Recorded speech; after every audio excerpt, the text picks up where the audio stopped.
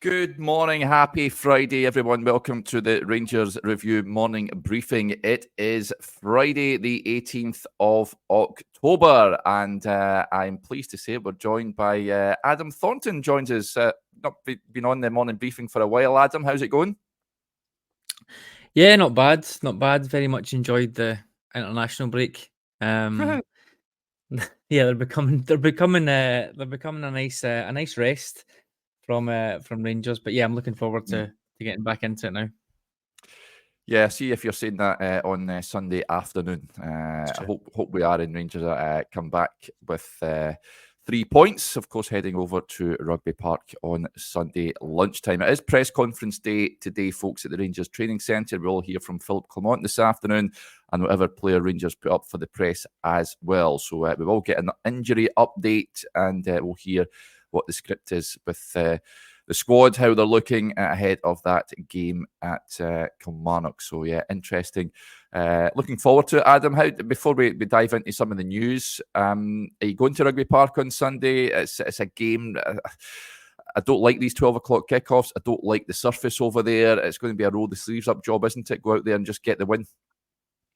Yeah, I'm going to manage to get a ticket the other day. So yeah, heading down. I'm the same as you.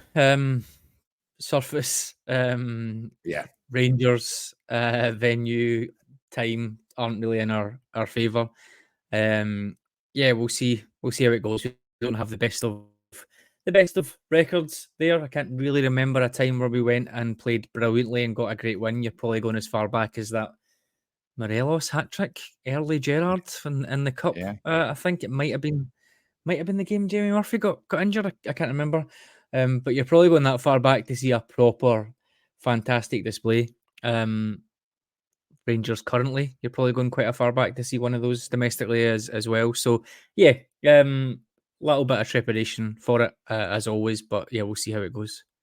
Yeah, absolutely. Right, some of the news, late last night, I've seen it sparking a bit of debate on social media, and that is the news coming from Turkey that Fenerbahce have cancelled Ryan Kent's contract. It has been terminated by mutual agreement. We know he was having a tough time over there since signing about just a little over a year ago now, heading out there. It's not quite worked for him. And the club and the player have decided to part ways. Now, it's led to many saying that Rangers should make a move and bring him back to Ibrox. There are others that say that Rangers shouldn't touch him. Where do you stand on that? Just to clarify as well, folks, a lot of people saying that Rangers can buy him, bring him in if they were to make a move and he could play immediately. That is not the case. If he was released prior to the window closing, then he would have been a free agent and Rangers could play him immediately, or any other club could play him immediately. They would register him. They wouldn't be able to play him until the window opens up in January time. So, yeah, it's not a case of bringing him in and chucking him into the team. But Ryan Kent, yea or nay, Adam? Probably not for the reasons that you mentioned there. I mean, if he'd been freed 6 weeks ago, when the Turkish transfer window was still open, and you can bring someone in at this point, then yeah, I would say so. If there was some sort of short-term deal, given how close he was to Lazio in the summer, I would imagine he'll have bigger and better options, and that there's people on the fence about it, but he probably will have. He'll have options to go and get some decent money. There'll be someone who wants to take a punt on him. From my point of view, I don't think so. I think those last 6 months or so, I'm not one of these guys that thinks Ryan Kent was rubbish forever. I think that's just nonsense, to be honest. I think I would say up until the last 18 months or so, he really started to dip. But that 6 months in particular, he didn't really look like he was interested. He does feel like the type of player that needs an arm around the shoulder, needs confidence, all those sort of things. Yeah, for the wages probably that he would want, signing on fees, all that sort of stuff. The AG is probably not. I would hope, particularly given Niels Coppin's comments during the week there, I would hope that there's probably better value in the market at this stage. If it's a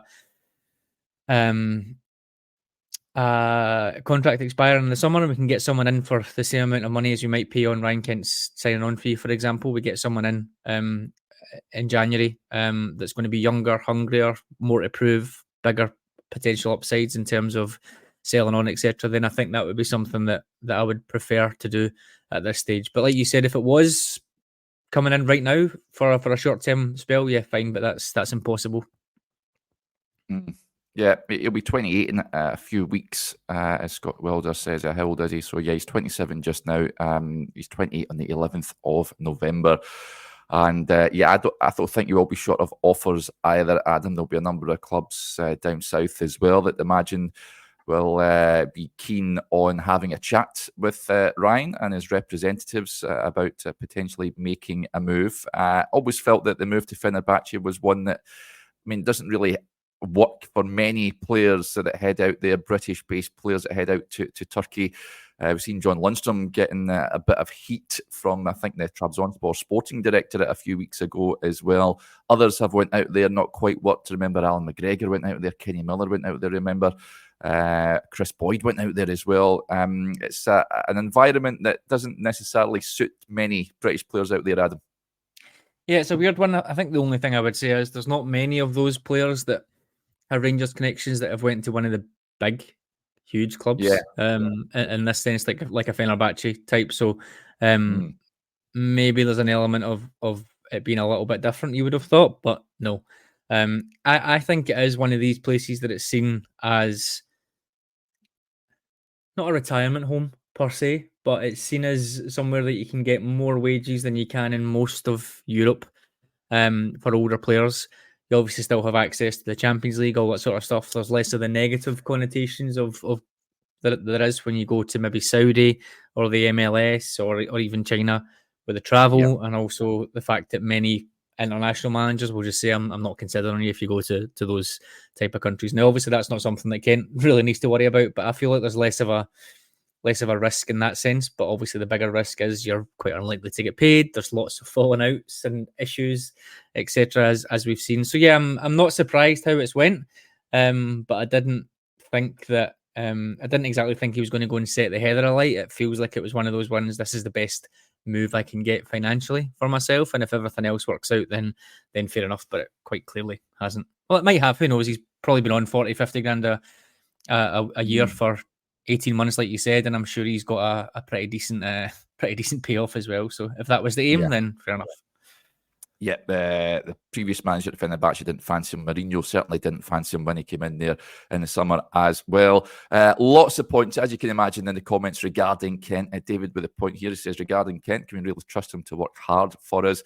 There's no denying that final season at the club, he was nowhere near the level that Rangers required him to be. That would be the concern for me if Rangers were to make a move for Ryan Kent. What Ryan Kent would you be getting? Now, I understand why there is a bit of a clamour to bring him in, because look at the situation as it stands, Adam. Oscar Cortez maybe we'll get an update, a clearer picture on his situation this afternoon from the manager, but he did say it would be longer term when we heard from him last. So I'm not expecting to see him soon. Rabbi Matondo, don't think he's the answer. He's another one that's been plagued by injury. We've seen Nadim Bayrami playing out on the left-hand side. It's done reasonably well, you've got to say, but I think we all want to see him in that number 10 position. There's been calls for Jefte to be pushed up at left wing, especially now, I guess, with Ridvan on the verge of returning. You can understand that there's a bit of a clamour to bring another option in there. Yeah, no, definitely. I think that was clear in the end of the transfer window. I thought Niels Coppin's comments on that were quite intriguing with regards to Sima. You never know. Everything's a PR game, isn't it? So you never know what the actual hard facts are. I guess in that sense, but the inference that we put an offer to Sima and Brighton that wasn't acceptable, and we tried is fine. And then we've obviously switched interest to maybe Sam Edozie, who was rumoured to come in late. The cynic in me would suggest Sima joined Brest 10 days before the transfer window, and we waited until the day of the transfer window to try and bring someone else in. Would suggest that the money that was there for Sima Did that go to Bayrami instead? Do we flip that about, or is that money still there? I'm not sure. But when you say, as a director of recruitment, when you say we made an offer for Sima, which was more than Cortez, which was what, 4 million plus, it's only natural to think in my head, did that money go to Bayrami? If not, because we were always waiting on Cartmel to leave for Bayrami, is that money still there in January that we can go and do something? So whether maybe that's setting expectations too high, maybe it is just all a sort of PR game, but those are the type of words that come out that start to make you think what's possible. But I think undoubtedly we needed another wide option when everyone was fit. As far as I was concerned, we only really have Matondo and Cortez on the left, and then Cherny and McCausland on the right. We've got Bayrami, who plays there. He played there for Albania, obviously, in the first game of the international break, and I think the month before as well. So can play there. I don't like it in terms of what we want to do. I think we need a little bit more pace on that side, particularly if we've got someone on the other side like Cherny and McCausland who want to cut in a little bit more and aren't quite 1v1 taking on the fullback type guys. So I do think we need another option there, particularly because Matondo I don't think has really got it, can't stay fit, and Cortez we've just not seen enough of because he can't stay fit. So yeah, I think there is definitely something missing there. What I would like, to be honest, in this period, I think I said it on the tactics show with Josh last week, was Egeman playing off that side. Just someone who, just for a bit, someone who is quick, is direct, maybe doesn't quite have the full tools that we'd need for a number 9 at the minute, but likes to drift off the left, can cut inside. We've seen that against Dundee United, where he did a lot of good work when he came on that side, drifting in, drifting out. I'd like to see things like that, Derek, adding a bit more firepower, I guess, in the attack if no one else is really fit at the minute. So I know hopefully Danilo will be back, hopefully Redvan's back, and that might mean we can move things around a little bit, but I still would like to see Egeman playing up there. I'd like to see him playing off a flank, and then either Dessers or Danilo rotating up top for a bit, just while there's such a lack of other options. Yeah, I've not even thought about that. Would you start on Sunday, Egeman, on the left? Yeah, I think so, because like I said, the other options that are there, it really depends what the manager wants to do. If he's happy with Bayrami off the flank, Lawrence in the 10 and Cherny on the right hand side, then fair enough. But they're not all similar types of players, but they're all sort of similar physicalities and that type of thing. You've not got a different option. You've not got somebody who's got loads of pace or somebody who's going to hit the byline and swing across in. They're all sort of neat and tidy and cutting in. So just purely to give us something else when 3 or 4 players are out injured, I don't see why not. It also really helps on that side, I think, with Jeffrey, because you can maybe afford somebody who's a little bit less disciplined in that left wing slot, because he's so quick, so powerful, will use his recovery pace to get back, can bail you out. I think those type of things are really, really key. Barron playing on that side as well probably helps with the industry there. So that's an area that I think we probably could take a bit of a gamble on and see what happens. Yep, lots of comments coming in. This just caught my eye. I wanted to touch on this. One of the summer arrivals that we've not really discussed at length. World's Greatest DJ says, what's happened with the boy in Ciala from AC Milan? He's been a fixture in the B team, but we haven't really seen him form part of any first team squads. He did start in that pre-season friendly against Birmingham City. Thought he did reasonably well, I've got to say, but by all accounts he's very raw and he's not ready to play first team matches at this moment in time. Were you expecting to see more of him by now, Adam? Do you know, I think when I did the scouting article for you guys back in the summer, and that was sort of my vibe was, looks pretty talented, has not played a single moment of professional football, so it's going to be one for the future. But I must admit, I thought something of him by now, whether that's even coming off the bench in a game or maybe starting a game and getting an hour at home. Maybe it's just been because we haven't had a lower league cup fixture yet. So maybe it's just one of those things where we're not playing very well. It's very rare that we're 2 or 3 goals up. And there's maybe not an opportunity to sort of throw him in. But I must admit, I'm surprised we've not seen even off the bench in 1 or 2 games yet. Yeah. By all accounts, he's a tremendous athlete, but it's just developing him in a football sense. So that may take some time. Another few points coming in. Teddy with a point here, he says, forget Kent, what's happening with King, Rice, Fraser, McKinnon, McCausland, Lovelace, Stevens, etc. Rhyming off a number of the young lads, of course. Interestingly, Ross McCausland, Michael O'Neill did say he would be part of the Northern Ireland squad for their second match during the week. I can't remember who they played, but he missed the first game because of a slight knock, but he wasn't part of that squad either during the week. So we should get an update from the manager on Ross McCausland. The others we just rarely see. Adam, I've got to say, I've discussed these lads before, and for me, they really need to start thinking about their future. Well, McKinnon, not so much. Stevens, not so much. They are slightly younger, of course. Lovelace is another that I would like to think is knocking on that first team door about being involved at points. But the likes of, Rice as well, I never noticed Rice in there. But King, he's not mentioned Lowry in there. King, Lowry, Devine, Fraser, these guys for me should be looking for moves in January. Yeah, Cole McKinnon's actually older than you think. I think he's older than all of them. I think he's nearly 22. So I think if those guys were going to get an opportunity then they would have now, for whatever reason. The Leon King thing baffles me because he came in the Champions League, he got a bit of a runaround, fair enough, but look at the players that he had run about him. I definitely thought there was potential there. I'm not sure what they're doing with him. I know we've been told that he's sort of moved to a more defensive midfield role. Certainly with the under-21s there. Yep.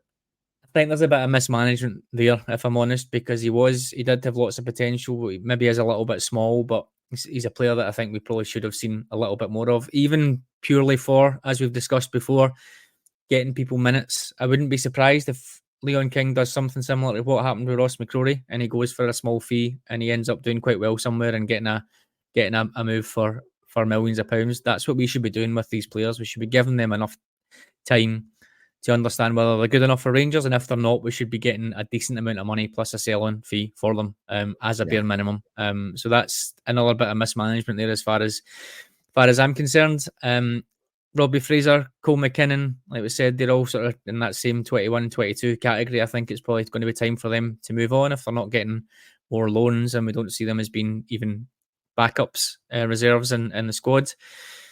Lovelace, maybe a little bit surprised. I know he's had a lot of injuries recently, but he did come and play wide right a couple of times. I thought maybe that's something we could see again. I'm not sure how long he's been back, and I think Bailey Rice has been injured. I'm not sure. There's a lot of rumours about that sometimes, that he has been injured a little bit and then he's back and then he's not again. I don't know. Maybe that's just one of those ones the manager just doesn't fancy again, doesn't see the point in throwing someone in for 20 minutes if they're not going to, if he's not going to play them regularly. I'm not sure. So I think there's varying levels there.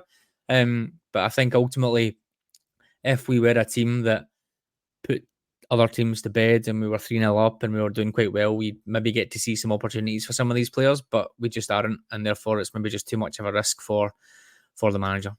Yep. Again, back to Niels Coppin's interview with Joshua. He did touch on the academy and targeting young players. He said it's about getting the right mindset, that we should be able to play young players. Young for me is not 21, it's 18. Getting that mindset is key. Maybe he'll drown a bit while he tries to swim, and that will be the next step. Protecting our academy players for too long and keeping them in a safe environment. They're not going to be the players who manage regular minutes. That's the step we have to take. So I thought that was pretty interesting stuff from Niels Coppin on that. So it ties in with, like we just touched on there, I think those boys are at an age where they have to be playing football. There's no point just kicking their heels at Ibrox and not featuring and maybe playing for the B team every so often in those friendlies that they play. So I think January is a big month for the majority of those guys. And Macca sums it up. He says, Macca said 18 is a young player for them. The rest should be getting a game or moved out. The other big point from Coppin, the Blue Nose Sparky gets in touch. He says, what players do you think Niels Coppin was talking about and who will be leaving in the next window? There will be a bit of movement, of course, in January, Adam. Rangers still need to strengthen. There's no doubt about that. There will be players moving on. Off the top of your head, we just touched on the young lads there. Any experienced pros you expect to be moving on when we hit January time? Yeah, I don't think he said players would definitely be moving on, did he? I think he said there could be potentially players moving on that will help free up spaces. So, yeah, I guess the obvious ones. I was a little bit surprised in the summer that we didn't entertain bids for Ridvan and Raskin, to be honest. In January, I was thinking differently, but then both and Ridvan had obviously quite a bit of interest. Then he got injured again, and Raskin was just coming back, and I think had a bit of a niggle towards the back end of the year. But summer-wise, again, particularly because of the amount of work we had to do in the window, the amount of money we needed trying to get players sold, I was a little bit surprised that we didn't try and get some more interest, more so in Ridvan. I guess now whether that now comes to the fore even more because of how good Jefty's been doing, and Ridvan and Raskin have both been injured again, and really, if you're being honest, it's going to happen probably every so often. They feel like the type of players that are going to get 1 or 2 6 to 8 week injuries a season. Raskin was really, really highly rated. Whether or not he's got the value, I think, if I'm not mistaken, when he was under contract, Standard Liège were talking about between £6 and £8 million for him, and we got £1.5 million. Now, whether we can meet somewhere in the middle and try and get something for him from a club, I don't know. That's on the recruitment team to do. So some of those players, if we can't trust them physically, then maybe they should be ones that we look to try and get some money for in January, particularly because both of them will now be 2.5 years into their contracts and time is ticking. Do we give them extensions or not? Probably not, based on what we've seen. So he talks about getting value. He talks about player trading models. This summer or next summer is the time for guys like that, and I include Matondo.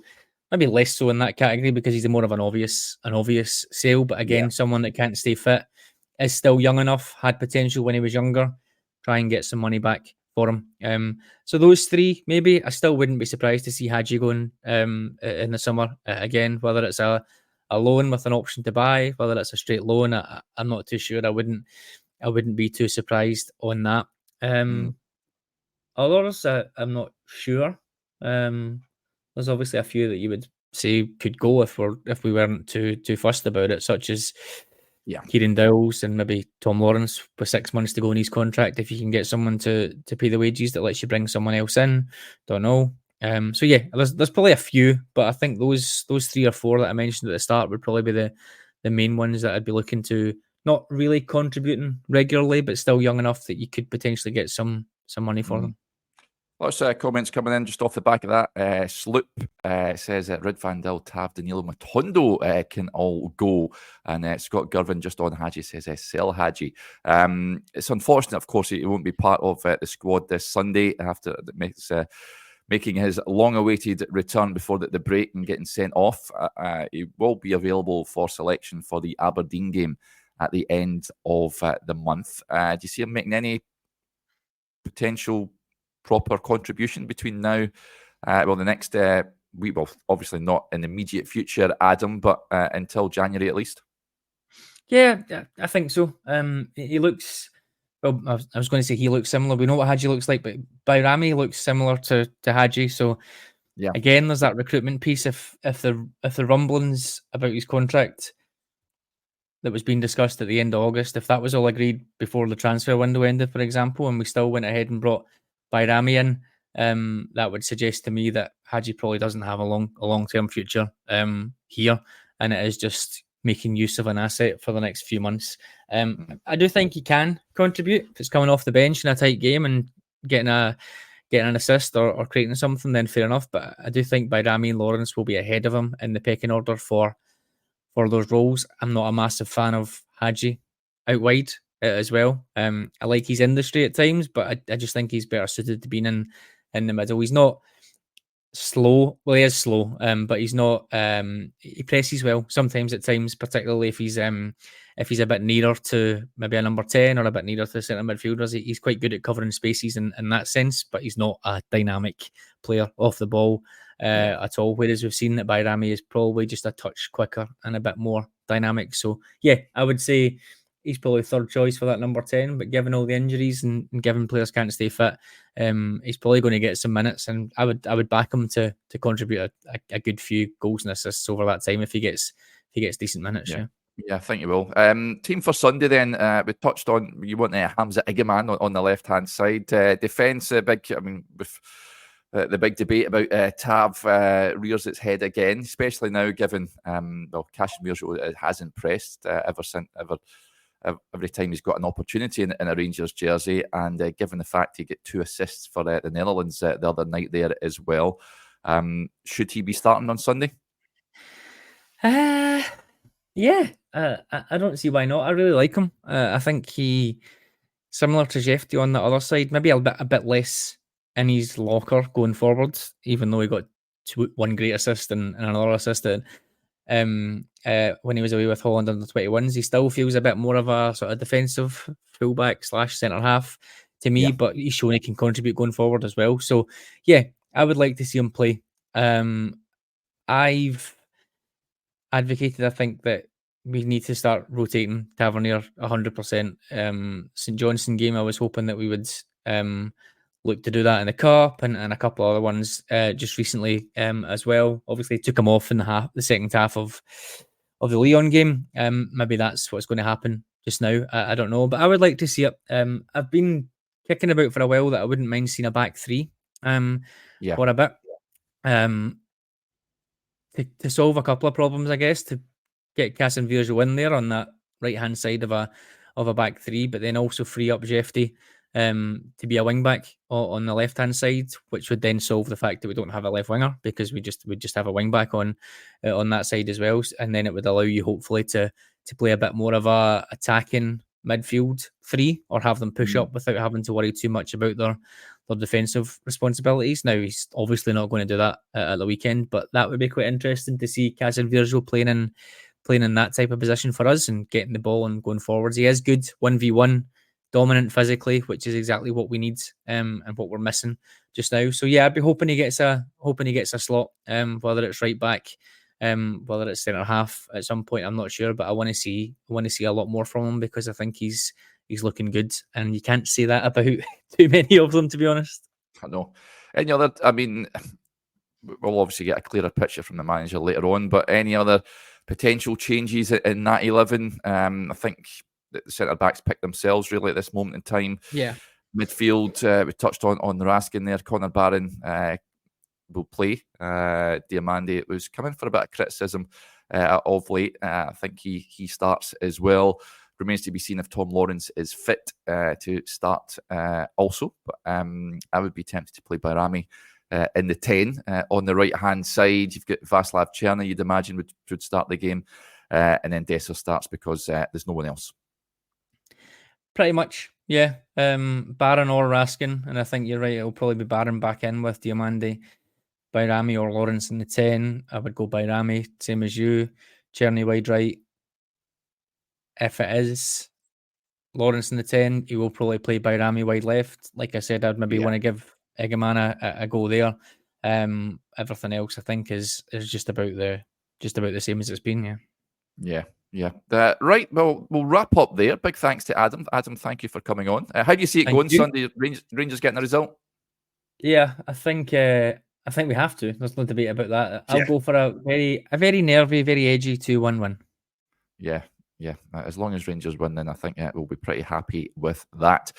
Right, that'll do us there. Big thanks to Adam and to you all for tuning in. Just a heads up, we will be back for the press conference reaction video, myself and Joshua, who is venturing along to the training centre this afternoon.